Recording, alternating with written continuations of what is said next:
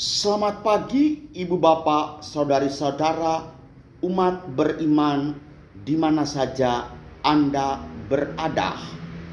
Dari Kota Batam, Jembatan Barelang, saya menyapa dan berharap semoga Anda semua hidup dalam keadaan harmonis, bertoleransi dengan sesama yang berbeda dengan Anda semua.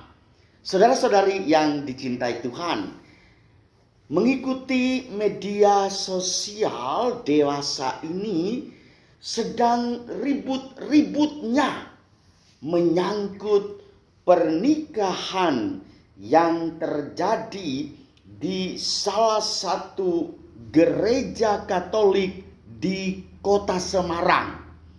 Hanya karena pasangan yang mau menikah itu laki-laki beragama Katolik, perempuan beragama Islam. Bahkan muncul apa kata MUI, muncul apa kata wakil menteri agama. Saudara-saudaraku yang terkasih, kita perlu mengetahui lebih dalam kekasan ajaran setiap agama. Bagi agama Katolik boleh diberikan izin dan dispensasi bagi pasangan yang berbeda gereja sekaligus juga yang berbeda agama. Yang berbeda gereja artinya Katolik dengan agama Protestan, yang berbeda agama artinya agama Katolik dengan agama-agama non-Katolik dan non-Protestan. Kali ini menarik, para netizen begitu kebakaran jenggot dan mereka menyangka bahwa tidak boleh pernikahan dua agama. Saudara-saudariku yang tercinta, di dalam pandangan agama Islam, mohon maaf kalau saya salah, pernikahan itu hanya satu agama. Dan catatan pernikahannya itu berlangsung di KUA. KUA itu hanya untuk yang beragama Islam. Sedangkan non-Islam di kantor catatan sipil, termasuk agama Katolik. Agama Katolik kami mengizinkan loh. Nah, oleh karena itu saya ingin memberikan pencerahan, tapi sekali lagi supaya lebih dicerahkan, kami di gereja Katolik itu ada yang berlatar belakangkan magister hukum kanonik, magister lisensiat hukum kanonik, bahkan ada yang doktor hukum kanonik. Sering saya mengistilahkannya itu, mohon maaf ya, untuk istilah lokal supaya mudah dimengerti oleh umat, itu adalah buku yang memuat undang-undang keberagamaan di dalam agama Katolik. Nah, kembali kepada pernikahan beda agama. Kitab Hukum Kanonik merupakan salah satu buku penting yang memuat peraturan atau norma bagi semua umat Katolik. Artinya apa? Hukum kanonik adalah hukum gerejawi internal yang mengatur kehidupan gereja Katolik. Nah, oleh karena itu, di dalam gereja Katolik ada beberapa pernikahan beda agama.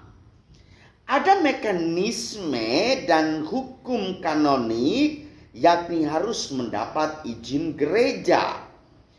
Nah, di dalam gereja Katolik ada dispensasi. Meskipun pengantinnya itu salah satu menjalankan agamanya berbeda dengan pengantin yang satu.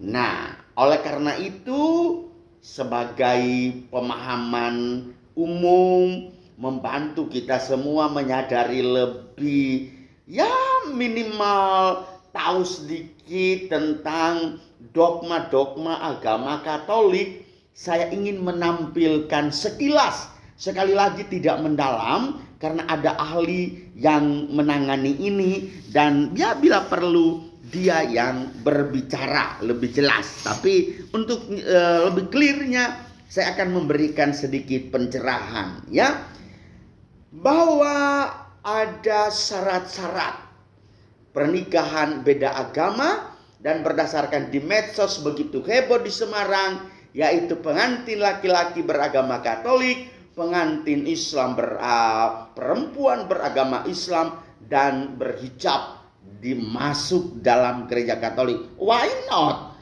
Katolik mah universal, terbuka, dan semua peserta boleh masuk. Yang penting tidak boleh menerima sakramen komuni suci. Nah, syarat yang pertama adalah pihak Katolik menyatakan bersedia menjauhkan bahaya meninggalkan iman, serta memberi janji dengan jujur bahwa ia akan berbuat segala sesuatu dengan sekuat tenaga, ya, agar semua anaknya dibaptis dan dididik di dalam gereja Katolik. Itu syarat yang pertama. Jadi tidak masalah. Yang berikut, syarat yang kedua, mengenai janji-janji yang harus dibuat oleh pihak Katolik itu, pihak lain hendaknya diberitahu pada waktunya sedemikian jelas bahwa ia sungguh sadar akan janji dan kewajiban pihak Katolik. Maka ketika kita mengadakan jenjang, ya, terakhir, boleh dikatakan 2 jenjang terakhir menjelang pernikahan suci di gereja, namanya penyelidikan kanonik. Di situ ada penandatanganan perjanjian dan bahkan ada saksi-saksinya. Jelas dong, ya. Lalu yang ketiga, ya, ada syarat yang ketiga, kedua pihak hendaknya diberi penjelasan mengenai tujuan-tujuan serta sifat-sifat hakiki perkawinan yang tidak boleh dikecualikan oleh seorang pun dari keduanya.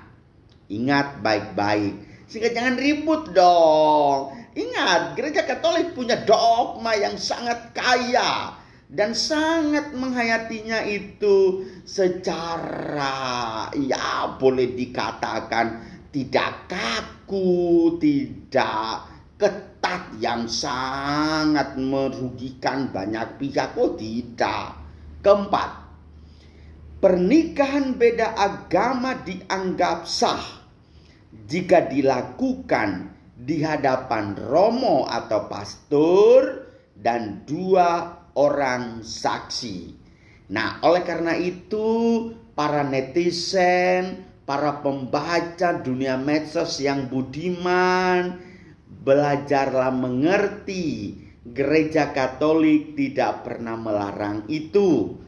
Dan pun kalau catatan sipil, ingat sekali lagi, bukan di KUA, tetapi di kantor catatan sipil, dan melewati prosedur, tahapan-tahapan, syarat-syarat yang siap kita penuhi. Gereja siap membantu umat. Yang penting cura animarum, keselamatan jiwa-jiwa. Saya kira ini saja sekedar gambaran sekilas, tapi mohon maaf sekali lagi, untuk lebih dalamnya ada ahli hukum gereja Katolik yang berbicara. Dan saya juga tidak mengutip, ya, kanon-kanon yang kesekian, tetapi saya hanya menyebut kitab hukum kanonik dan yang pasti ada tercatat di dalamnya itu.